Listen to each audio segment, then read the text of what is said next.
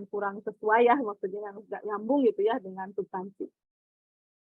Nggak usah takut, selama kita punya argumentasi tadi, why-nya itu, jadi kita balik dulu deh. Oke, kita coba pikir apa sih yang bikin kita mau berkontribusi gitu di essay kontribusi ya, itu yang pertama. Why-nya itu apa sih sebenarnya gitu ya. Nah, jadi kalau kita udah tahu why mah gampang kok. Makanya kan saya bingung kenapa guru saya itu simple banget jawabnya.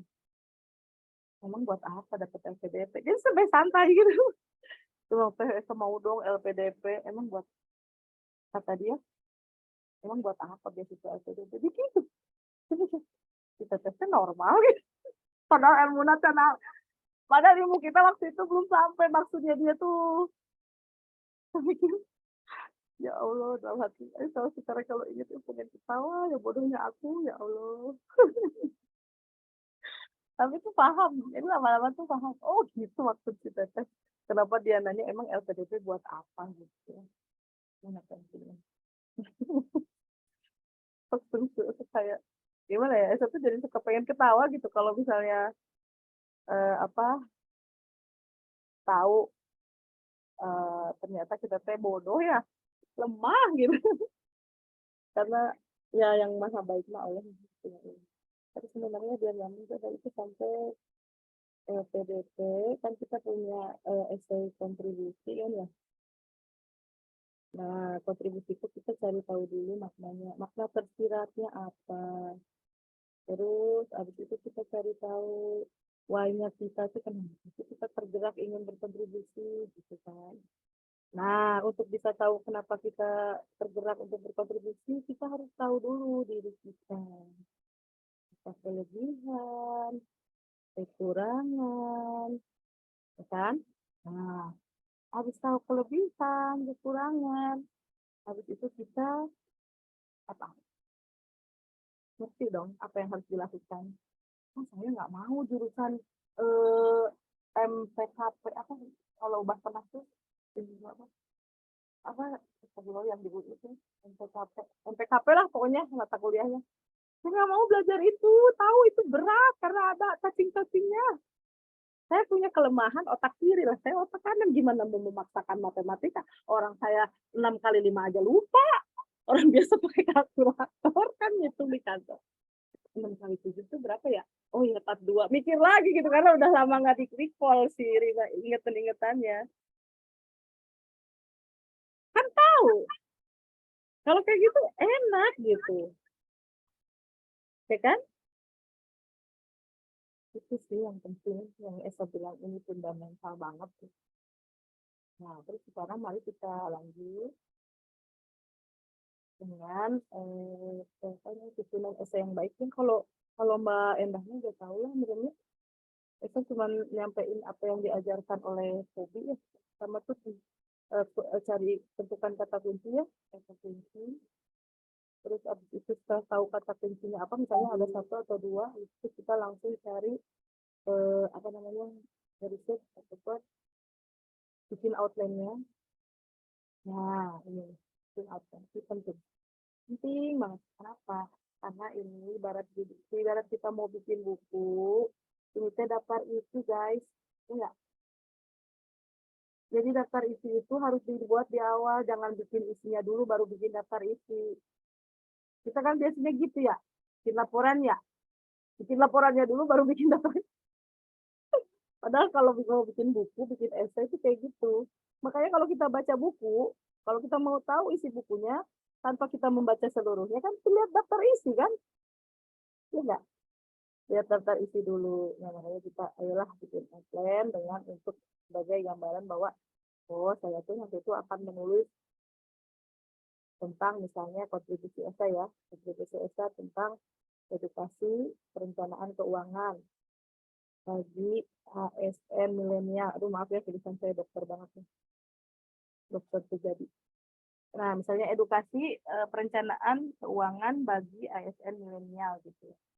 Nah kan ini udah tahu yang akan kita tulis tuh ini tema besar kontribusi kita udah ketemu nih. Saya passionate banget nih dengan ini. Nah, teman-teman juga pastilah tahu cara nyari gimana supaya ketemu ini.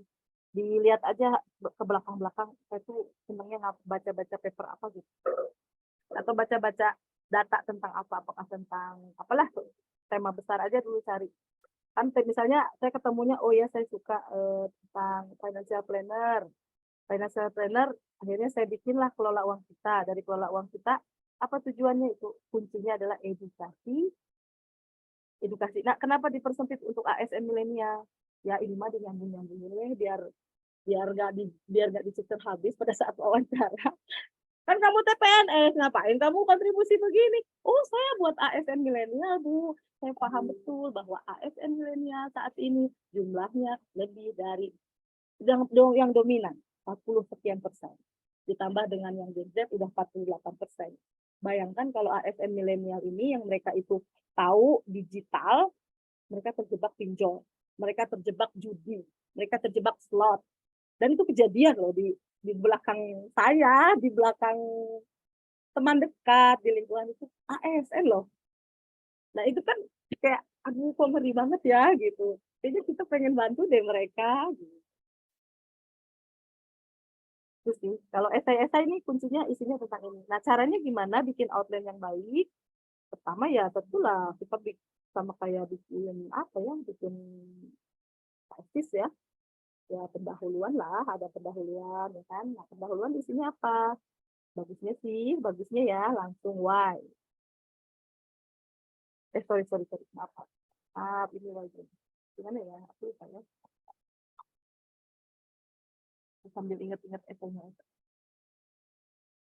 Masalah. Masalah. Latar belakang dengan ya kalau di apa namanya?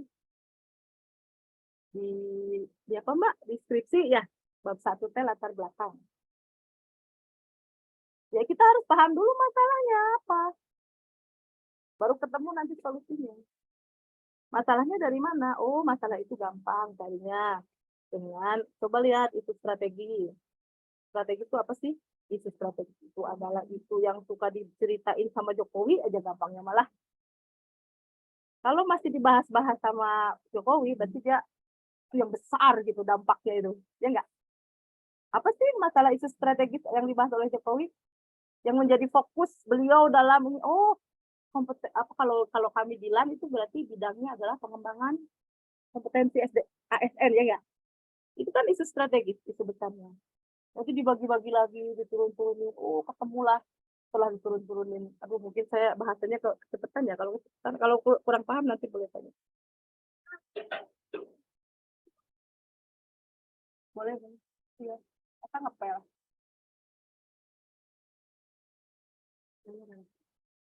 Lagi-lagi. Nah, udah akhirnya kita tahu nih Jokowi gitu loh yang ngomong-ngomongin tentang itu strategi apa. Nah, dari situ kita bisa lihat lagi datanya. Oh, disambung-sambungin lah sama jurusan teh. Awalnya Esa ini buat bisa ya karena gitu ya kita tuh ketemu solusi dulu baru nyari masalah gitu. Salahnya tuh gitu kan. Saya ketemu solusinya, pokoknya saya maunya kelola uang kita gitu. Masuk ke esai saya. Tapi nggak tahu masalahnya apa. Nah, itu salahnya tuh. Kebalik. Akhirnya saya bikin tentang korupsi.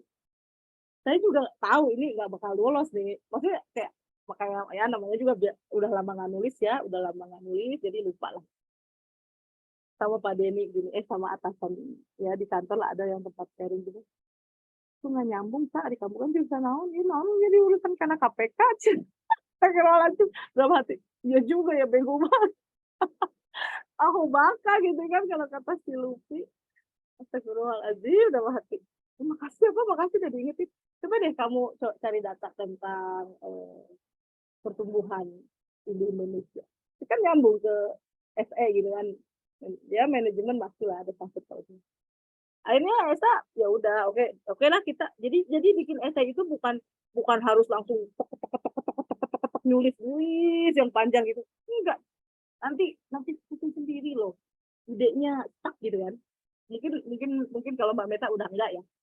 Udah enggak kayak gitu, tapi karena dia udah terbiasa kita buat coret-coretan dulu. Oh, saya mau misalnya saya mau meneliti tentang, saya sukanya gini, meneliti tentang pertumbuhan ekonomi gitu.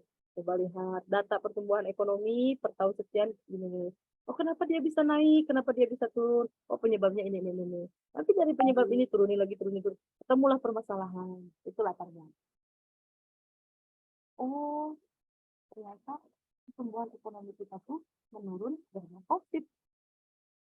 Bahkan Amerika inflasi sampai segini-segini. Oh, ternyata setelah COVID ada lagi perang. Iya, ada Ukraina. Nah, ini kan masih pembahasan umum ya, umum karena ini pendahuluan. Gitu.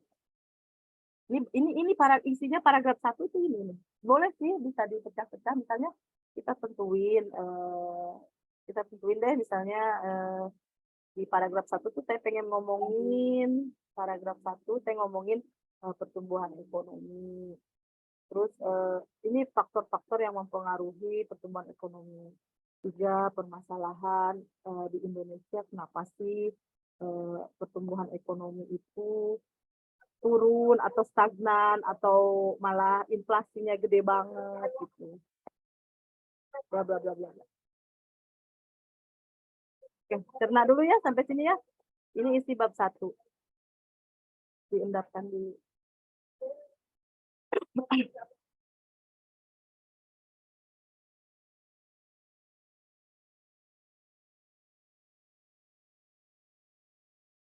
Bentar ya. Lagi ada pengumuman.